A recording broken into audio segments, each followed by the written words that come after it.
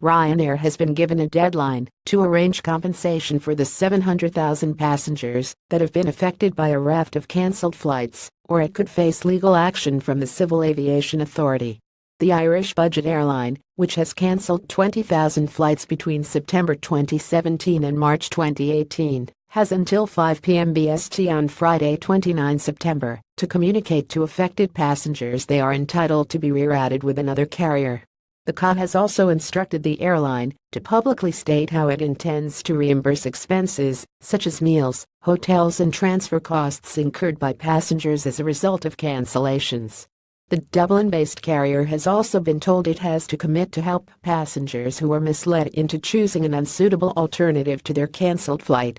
The CAA has also warned Ryanair it faced enforcement action for failing to give customers accurate information, after announcing almost 700,000 passengers would be affected by flight cancellations over the next 6 months. In the letter, the aviation regulator argued Ryanair chief executive Michael O'Leary wrongly told passengers the airline did not have to organize replacement flights after the first round of cancellations was announced. They are not making it clear to people their entitlement, CAA chief executive Andrew Haines told BBC Radio 4's Today program. If they follow through on what they are saying, then they would be breaking the law. O'Leary has vowed to fully cooperate with the CAA, but Haines warned his promises had to be taken with a pinch of salt as he urged the airline to get its act together, adding he was furious at the disregard for consumers and for the law displayed by Ryanair.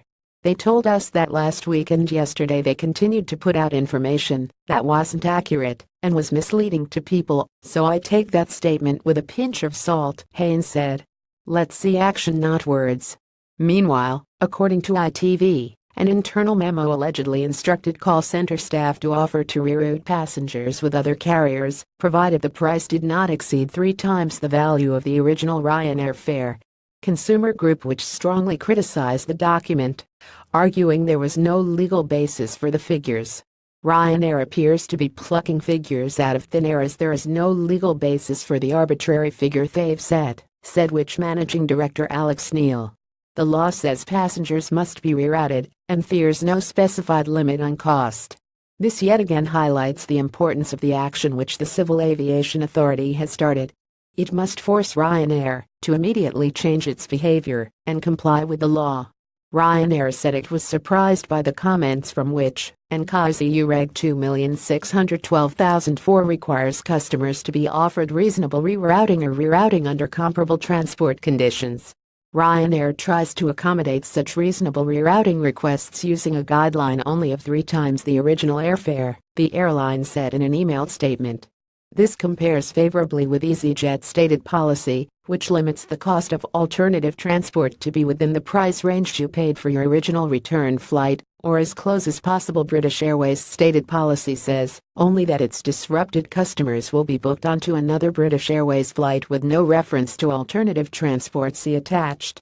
Ryanair respectfully calls on the CAA to explain what enforcement action it took against British Airways when it suffered a computer systems meltdown at Heathrow on the Maybank holiday weekend earlier this year. MPs call for O'Leary to quit. On Thursday, 28 September, a number of MPs called for O'Leary to quit in the wake of the flight cancellations fiasco, claiming he must take responsibility for his actions. He has let passengers down, Labour MP Graham Stringer, who sits on the Commons Transport Committee, said. He has let his shareholders down.